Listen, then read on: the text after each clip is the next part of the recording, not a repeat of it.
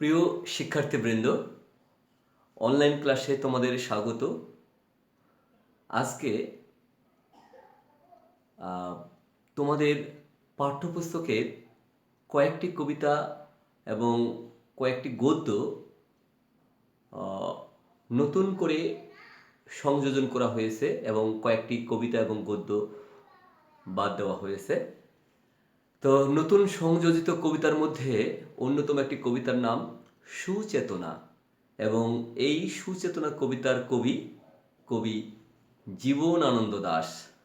আমরা কবি জীবনানন্দ দাশ সম্পর্কে যদি কয়েকটি কথা বলি, তাহলে দেখব যে তিনি একাধারে তিনি উপন্যাসিক, তিনি গল্পকার, তিনি কবি, তিনি প্রাবন্ধিক, তিনি আবার গীতিকার। কবি জীবনানন্দ দাশ, আমরা জানি যে তার মা কুসুম কুমারী দাস। কুসুম কুমারী দাস সম্পর্কে আমরা ছোটবেলায় পড়াশোনা করেছিলাম যে আমাদের দেশে হবে সেই ছেলে কবে, কোথায় না বড় হয়ে কাজে বড় হবে। হ্যাঁ শিক্ষার্থী বন্ধুরা, আমাদের দেশে হবে সেই ছেলে কবে, সেই ছেলেটাই হচ্ছেন জীবনানন্দ দাশ। কুসুম কুমারী দাস তার প্রিয় সন্তানকে নিয়ে আগেই যে কবিতার বিষয়বস্তুতে উপস্থাপন করেছেন যে আমাদের সেই ছেলেটা কোথায় বড় হবে না, কাজে বড় হবে। কবি জীবনানন্দ দাশ ছোটবেলা থেকেই ছিলেন নিভৃতচারী, কোলাহল পরিবেশে থাকতে পছন্দ করতেন না, নির্জনভাবে সবসময় থাকতেন এবং সাধারণত উনি এই লোকালয়ে অর্থাৎ মানুষের কোলাহল থেকে মুক্তি পাওয়ার জন্য উনি প্রায়ই যে কাজটা করতেন সেটা হচ্ছে রাত্রিবেলায় উনি, অর্থাৎ দিনের কখনো উনি ঘুরে বেড়াতেন না, রাত্রে যখনই সূর্যাস্ত হয় তখনই উনি ঘরের বাইরে যেতেন। তো এই কবি জীবনানন্দ দাশ আমরা দেখেছি যে তিনি ইংরেজি সাহিত্য নিয়ে পড়াশোনা করেছেন এবং ইংরেজি সাহিত্যের উনি অধ্যাপকও হয়েছিলেন। অথচ ইংরেজি সাহিত্যের হয়েও উনি বাংলা সাহিত্যের যে ভাণ্ডারকে অফুরন্ত করেছেন, সমৃদ্ধ করেছেন, এ কথা আমাদের মানে জোর দিয়ে বলতেই হয়। আমরা কবি জীবনানন্দ দাশ সম্পর্কে যদি একটু জানার চেষ্টা করি।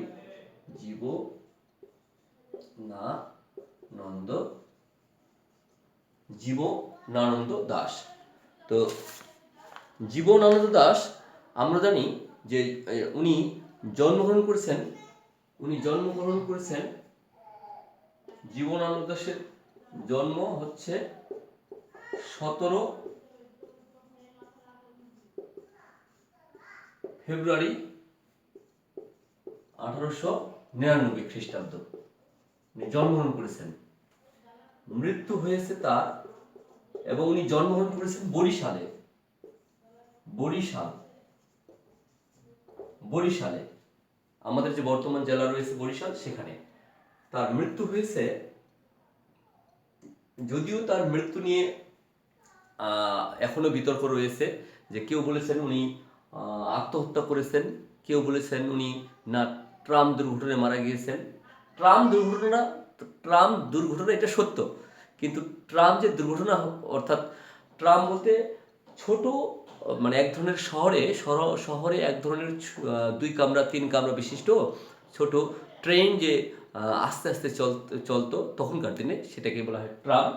তো কেউ বলছে যে ট্রামে উনি ঝাঁপ দিয়েছেন, কেউ বলছেন না উনি অনাকাঙ্ক্ষিতভাবে ট্রামে চাপা পড়ে উনি আহত হয়েছিলেন, পরবর্তীতে হাসপাতালে মারা গিয়েছিলেন।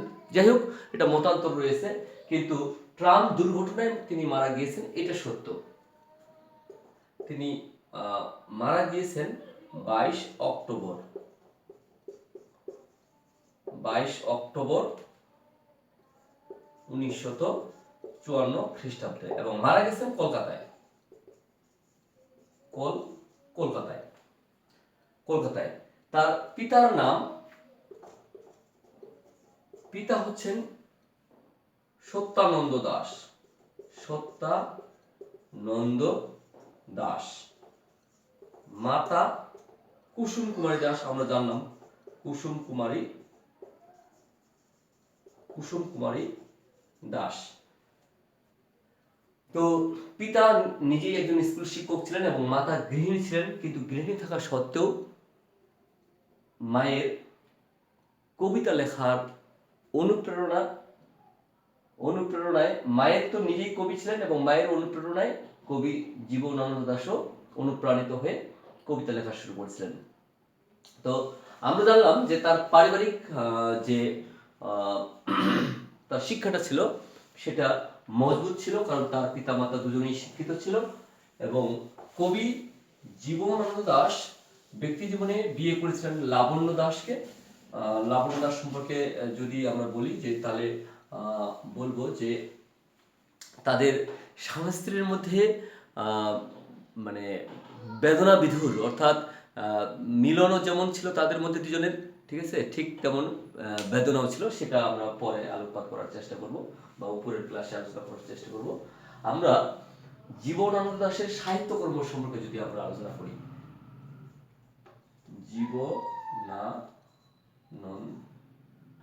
জীবনানন্দ দাশ সাহিত্যকর্ম, উনি উপন্যাস লিখেছেন সুতীর্থ মাল্যবান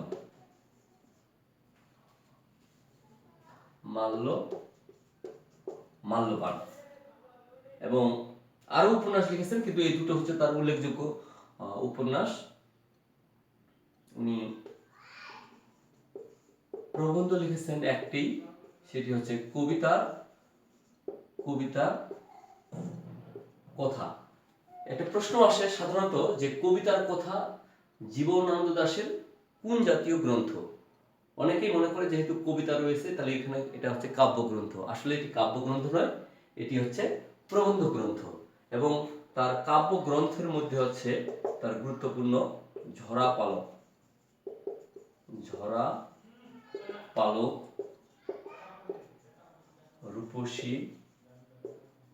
রূপসী বাংলা, তারপরে বনলতা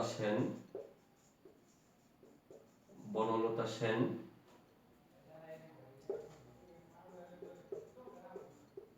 মহাপৃথিবী, তারপরে সাতটি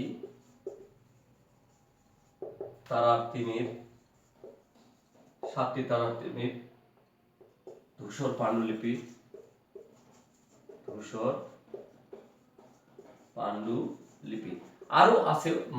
আরো আছে কাব্যগ্রন্থ। আমরা এগুলি আলোচনা করার চেষ্টা করি। তো আমরা যে কবিতা আজকে পড়ব তার নাম হচ্ছে সুচেতনা। এই সুচেতনা কবিতাটি নেওয়া হয়েছে, মনে রাখতে হবে, বনলতা সেন কাব্যগ্রন্থ থেকে। অর্থাৎ কবি জীবনানন্দ দাশের অনেক কাব্যগ্রন্থ রয়েছে এবং গ্রন্থিত কিছু কাব্যগ্রন্থ রয়েছে, কিছু অগ্রন্থিত কিছু কাব্যগ্রন্থ রয়েছে। যাই হোক, বনলতা সেন কাব্যগ্রন্থের একটি বিখ্যাত কবিতার নাম হচ্ছে সুচেতনা, এবং এই সুচেতনা কবিতাটি তোমাদের পাঠ্যপুস্তকে অন্তর্ভুক্ত করেছেন।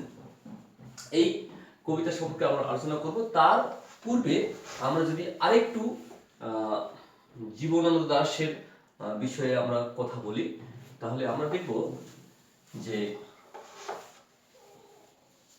বাংলা সাহিত্যে পঞ্চ পাণ্ডব বলে কবি রয়েছেন। পঞ্চ পাণ্ডব অর্থাৎ পঞ্চ শব্দের অর্থ পাঁচজন কবিকে পঞ্চ পাণ্ডব বলা হয়। কেন পঞ্চ পাণ্ডব বলা হয় সেটুকু আমি একটু বলে নিই। যে মহাভারতে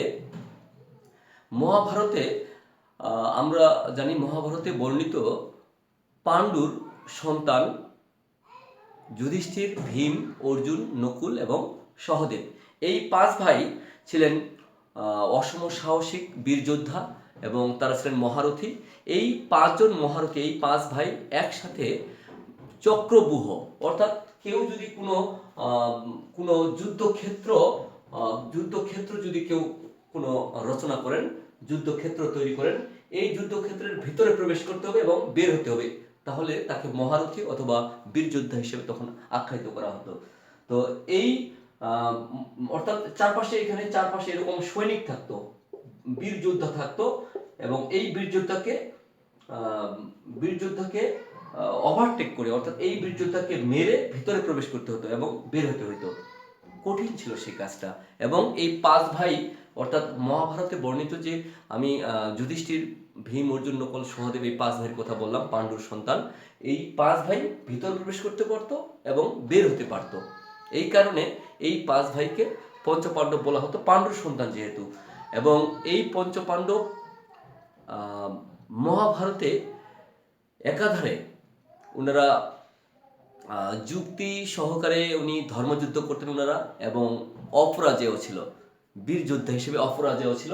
সেই কারণে আমরা দেখেছি যে 1901 সাল থেকে 1940 সাল পর্যন্ত, 1901 থেকে 1940 সাল, এই সময়টাকে বলা হয়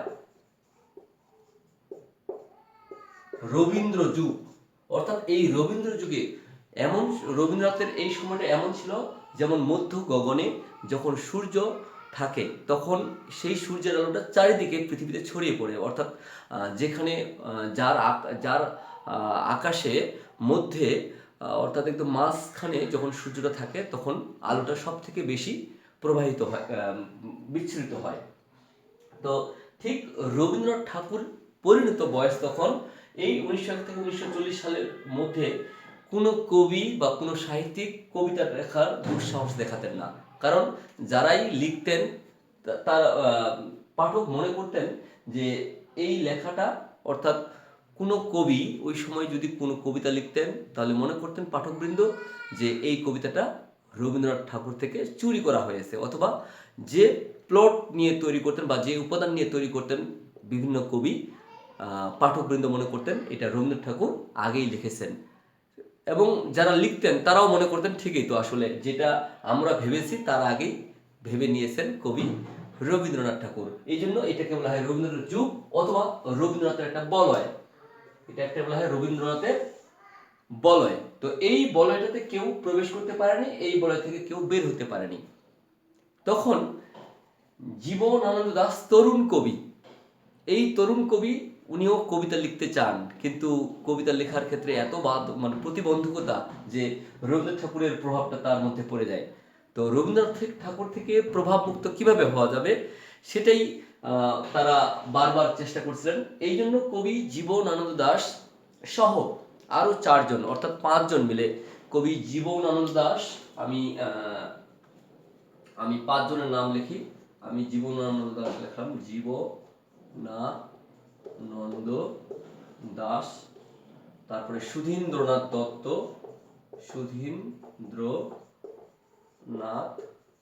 দত্ত, বিষ্ণুদে, এদিকে লিখলাম বুদ্ধদেব বসু, তারপরে অমিয় চক্রবর্তী।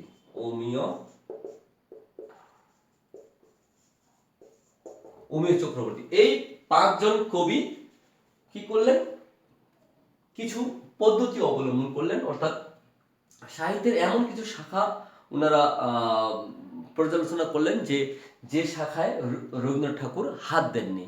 তো ওনারা প্রত্যেকটা একটা কিছু কিছু বৈশিষ্ট্য নিয়ে ওনারা উদ্ভাসিত হলেন।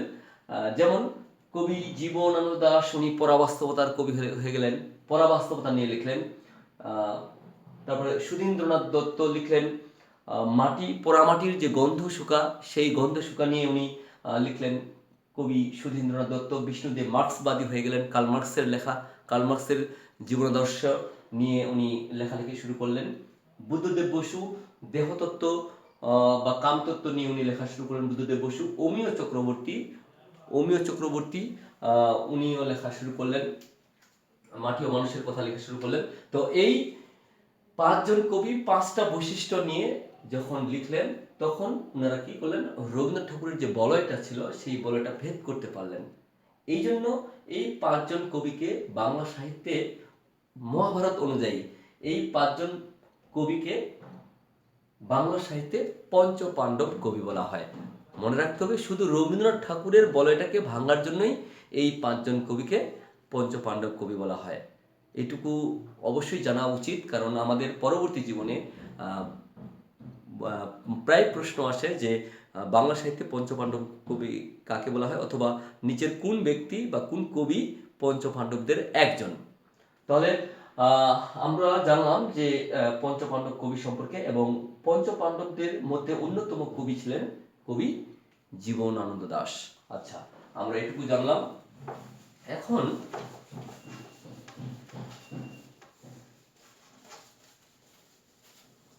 কবি জীবনানন্দ দাশের আমরা জানি যে তাকে বিভিন্ন সময়ে বিভিন্ন জন বিভিন্নভাবে তাকে উপাধি দিয়েছেন অথবা আখ্যায়িত করেছেন। আমরা জেনে নিই যে জীবনানন্দ দাশের ডাক নাম হচ্ছে মিলু।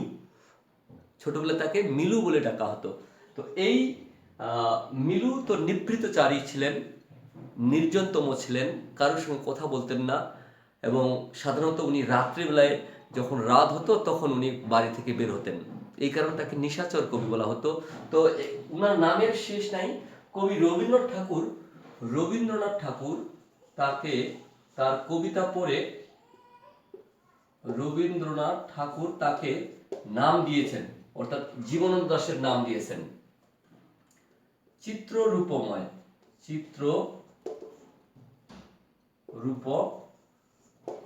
চিত্ররূপময় বলে, ঠিক আছে। আবার বুদ্ধদেব বসু তার বন্ধু, তার কবি বন্ধু বুদ্ধদেব বসু তাকে নাম দিয়েছেন নির্জনতম কবি বলে।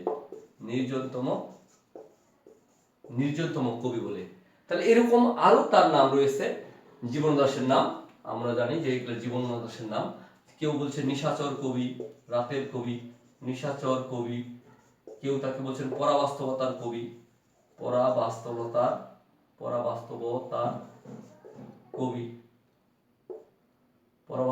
কবি।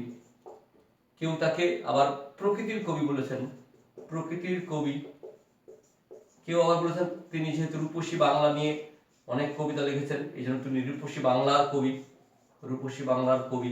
কেউ বলেছেন তাকে তিমির হননের কবি, কেউ বলছেন নিভৃতচারী কবি। তাহলে কবি জীবনানন্দ দাশের উপাধির শেষ নেই, অনেক উপাধি। এবং আসলে কবি জীবনানন্দ দাশ উনি যে জিনিসটাকে সহসায় কেউ অনুধাবন করতে পারেনি, উপলব্ধি করতে পারেনি, সেই জিনিসটাকে উপলব্ধি করে কবি জীবনানন্দ দাশ তার সাহিত্যকর্মে এমন সুন্দরভাবে উপস্থাপন করেছেন যেটা আর অন্য কবিরা পারেননি। এই জন্য কবি জীবনানন্দ দাশকে বাংলা সাহিত্যের শ্রেষ্ঠ কবিও বলা হয়। তো আমরা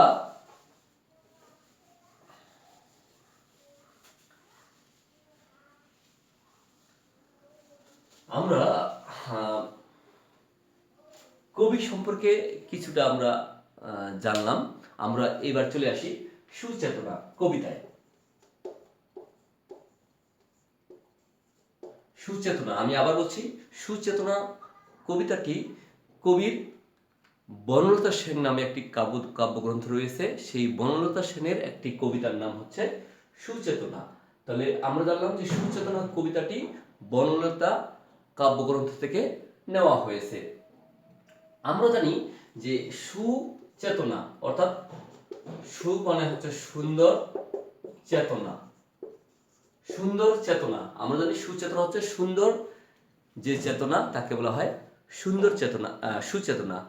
সুচেতনা কবিতাটির অন্তর্নিহিত ভাবটি হচ্ছে এরকম যে আমাদের মানবিক মূল্যবোধ, অর্থাৎ আমাদের মানুষের মধ্যে দুটো সত্তা, একটা হচ্ছে অবচেতন মন আর একটা হচ্ছে চেতন মন। তো আমরা সারাক্ষণ থাকি কিন্তু অবচেতন মনে, আমরা অচেতন থাকি না। অচেতন মানে তো হচ্ছে অজ্ঞান আমরা থাকি না, আমরা অবচেতনে থাকি। আর সচেতন মনে আমরা খুব কম সময় থাকি। কিন্তু যখন আমরা সচেতন মন থাকি তখন আমাদের মানবিক মূল্যবোধগুলো জেগে ওঠে, প্রবলভাবে জেগে ওঠে। যখন প্রবলভাবে মানবিক মূল্যবোধগুলো জেগে ওঠে, তখন হানাহানি থাকে না, হানাহানি হয় না, মারামারি হয় না, কাটাকাটি হয় না, হিংসা বিদ্বেষ থাকে না, তখন জাত্যভিমান থাকে না, তখন মানুষের মধ্যে মানুষের যে অপরিসীম ভালোবাসা, মানুষের সাথে মানুষের যে সৌহার্দ্য সম্প্রীতিবোধ, সেটা প্রবলভাবে জেগে ওঠে। এই জন্য চেতনাটাকে সুন্দরভাবে উপস্থাপন করার জন্যই কবি এই কবিতার নাম দিয়েছেন সুচেতনা। কবিতাটি রূপক অর্থে ব্যবহৃত হয়েছে, যে মানুষের যখন মানুষের যখন চেতনাটা জাগ্রত হবে, তখন পৃথিবীতে প্রলয় আর হবে না। তখন সূর্যের যে আলো, যখন অন্ধকার নেমে আসে, তখন সূর্যের আলোর যে জ্যোতি যখন ছড়িয়ে পড়ে, তখন অন্ধকার দূর হয়। তো ঠিক যখন চেতন মনটা আমাদের জেগে ওঠে, ঠিক আছে, তখন অবশ্যই আমাদের যে শরীরের মধ্যে বা আমাদের মনের মধ্যে যে কলুষতা রয়েছে, সেই কলুষতাটা দূর হয়ে যায়। সুচেতনা কাব্যগ্রন্থ, সুচেতনা কবিতাটির এটাই ছিল অন্তর্নিহিত তাৎপর্য। আমরা পরবর্তী ক্লাসে সুচেতনা কবিতার উপরে আরও দীর্ঘ আলোচনা করব। সেই পর্যন্ত প্রিয় শিক্ষার্থীবৃন্দরা, আজকে এখানেই। সবাই সুস্থ থেকো, নিরাপদে থেকো।